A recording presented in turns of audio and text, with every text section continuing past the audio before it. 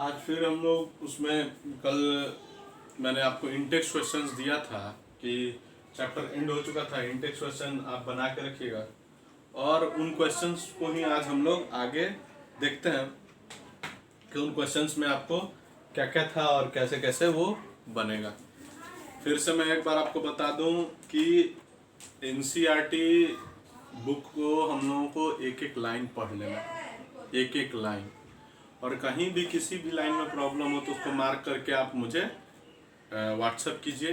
मैं आपको उसका आंसर बताऊंगा, या जो लोग वीडियो देख रहे हैं वो लोग कमेंट बॉक्स में भी लिखकर पूछ सकते हैं। तो ध्यान देना है, मैं बार बार उस चीज़ पर जोर दे रहा हूँ कि लाइन बाय लाइन आपको एनसीईआरटी बुक पढ़ना है। इस चीज़ को समझिए, कुछ सीरियसनेस है उसके अंदर, इसलिए मैं इतना बोल रहा हूँ। मैंने कुछ एग्जाम्पल्स भी दिए थे आपको कि कैसे कैसी बातें आती हैं।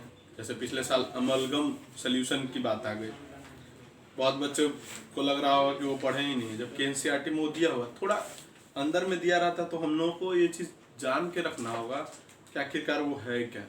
ठीक है, तो इसके लिए आपको उतना पढ़ना पड़ेगा, जानना पड़ेगा। तो ये सब बातें हैं। और उसके बाद है आपको उसमें एक्टिविटीज़ जितनी दी हुई हैं, एक्टिविटी की बात मैं कर लूँ। एनसीईआरटी में आप पढ़ रहे होंगे तो एक्टिविटी मिल रही होगी, एक्टिविटी को भी आप ध्यान से समझिएगा। और उस एक्टिविटी के रिगार्डिंग भी यदि आप क्वेश्चन का जवाब दे लिए तो ठीक है, नहीं दे पा रहे हैं तो आप मुझसे संपर्क कीजिए, पूछिए, मैं आपको उसका जवाब बताऊंगा।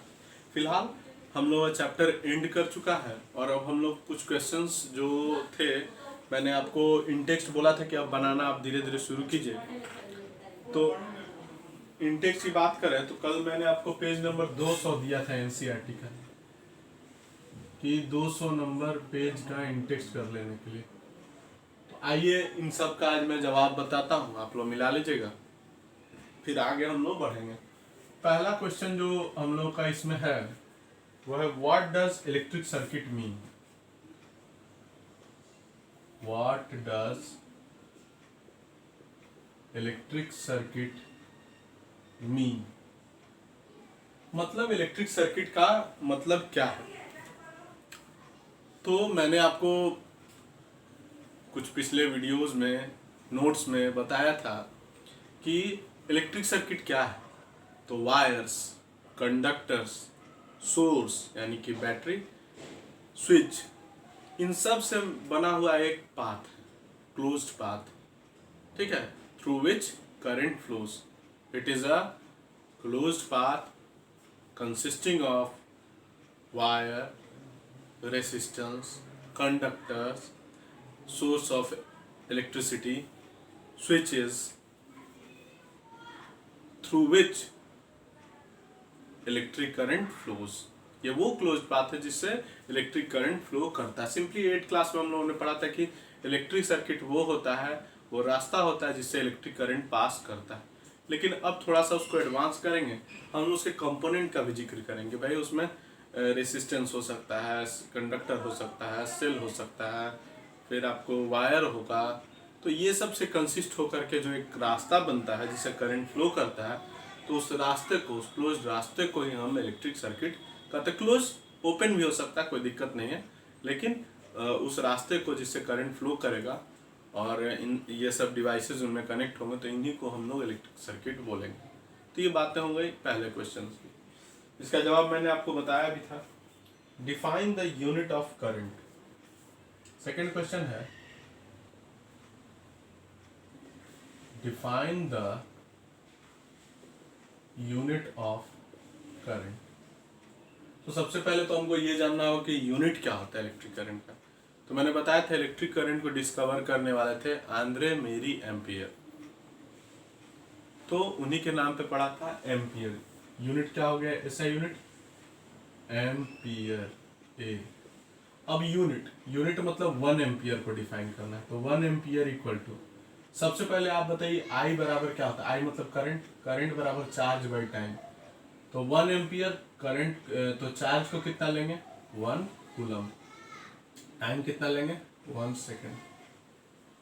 ठीक है, तो बोलेंगे कि वायर के या कंडक्टर के किसी भी पॉइंट से if if the charge flowing through a point of a conductor in 1 second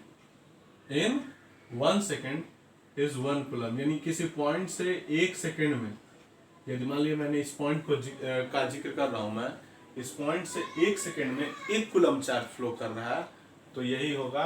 तो वहां जो करंट कंस्टिट्यूट हो रहा होगा वो होगा 1 एम्पियर, और जो करंट कंस्टिट्यूट होगा वो क्या हो जाएगा 1 एम्पियर। तो ये बातें हैं। तो ये आपने इसको बना दिया। तो इतना आप देखिए, फिर थर्ड क्वेश्चन एक और है, उसको मैं बताता हूँ।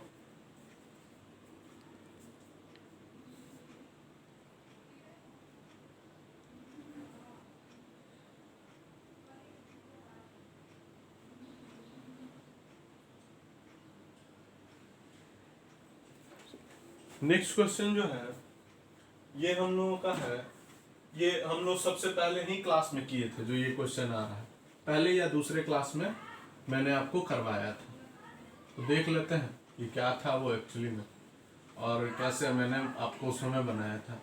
उसको 2 बार ये रिपीट हो रहा है ये क्वेश्चन। ये क्वेश्चन है कि calculate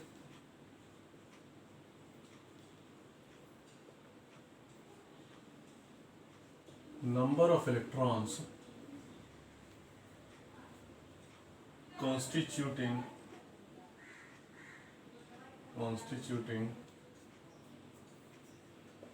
1 coulomb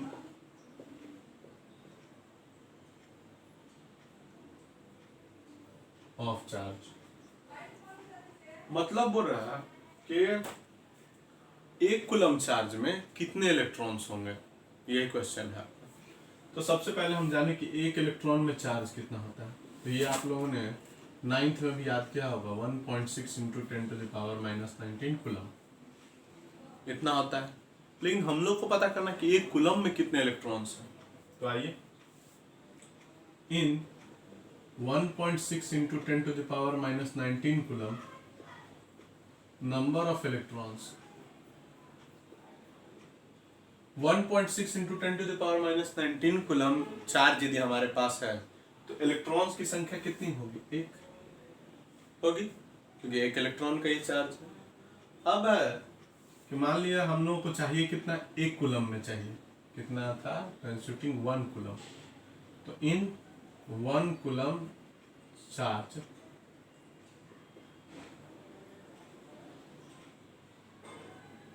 number of electrons equal to, ये 1 डिवाइड में चला जाएगा, ये 1.6 × 10⁻⁻19 कूलम।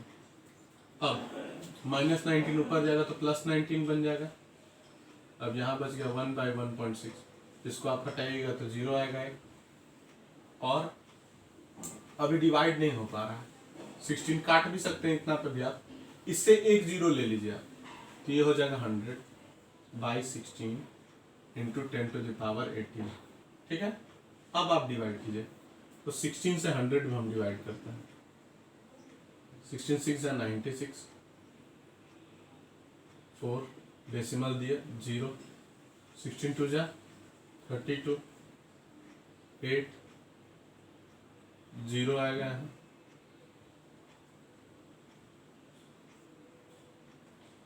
16 5 जा 80। तो ये हो गया हम लोगों का 6.25 × 10⁻18 इलेक्ट्रॉन्स। आपने देख लिया कि ये कैसे है। एक बार और आप देख लीजिए इसको, फिर बताता हूं मैं आगे।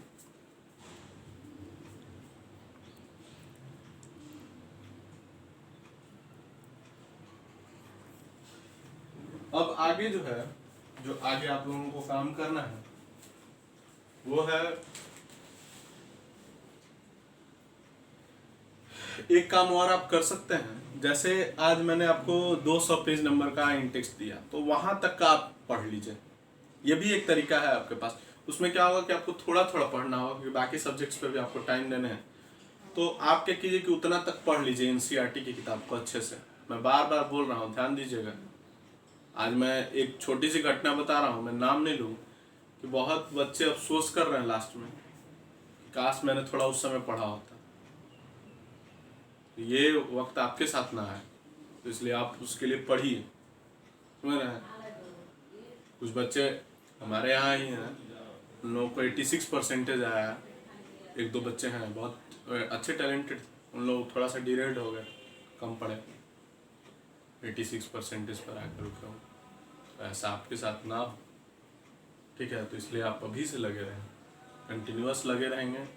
एक अच्छे रिजल्ट के लिए तो कंटिन्यूअस लगना पड़ता है। वहीं देखिए कुछ बच्चे हमारे यहाँ लगे रहे, उनका मार्क्स भी अच्छा है, बहुत सारे बच्चों का अच्छा है, ऐसा नहीं। तो इसलिए आप लोगों को ध्यान देना चाहिए इन बातों पर। मैं इसलिए आपको एक रियल सिनेरियो बता रहा हूँ कि आप लोग लगे रहें, पढ़ें, एनसीईआरटी को एकदम पढ़ें, एक एक लाइन पढ़ें। तो उसका उपाय, एक 200 पेज नंबर का मैंने इंटेक्स करवाया, तो यहाँ तक का आपने पढ़ लिया। अगले दिन जो हम लोग करेंगे अगले वीडियो में, वो होगा पेज नंबर 202 में आपका इंटेक्स क्वेश्चन है। तो आज मान लीजिए 200 तक का आपने पढ़ लिया, और मान लीजिए 202 तक, यानी कि 2 पेज और आपको पढ़ना है। तो कल आप पढ़ के अपडेटेड रहिएगा, एक एक लाइन। यदि कुछ प्रॉब्लम हो तो आप मुझसे पूछिएगा, ठीक है। तो इस ढंग से हम लोग इसको बढ़ाएंगे आगे की ओर। आज के वीडियो के लिए इतना ही। फिर कल के वीडियो में मैं 202 पेज नंबर का इंटेक्स का क्वेश्चंस बताऊंगा, और यही करते करते धीरे धीरे 5-6 दिन में पूरे क्वेश्चंस एनसीईआरटी के हो जाएंगे। उसके बाद फिर आपको पर्सनल कुछ पूछना हो तो आप अपना पूछिएगा।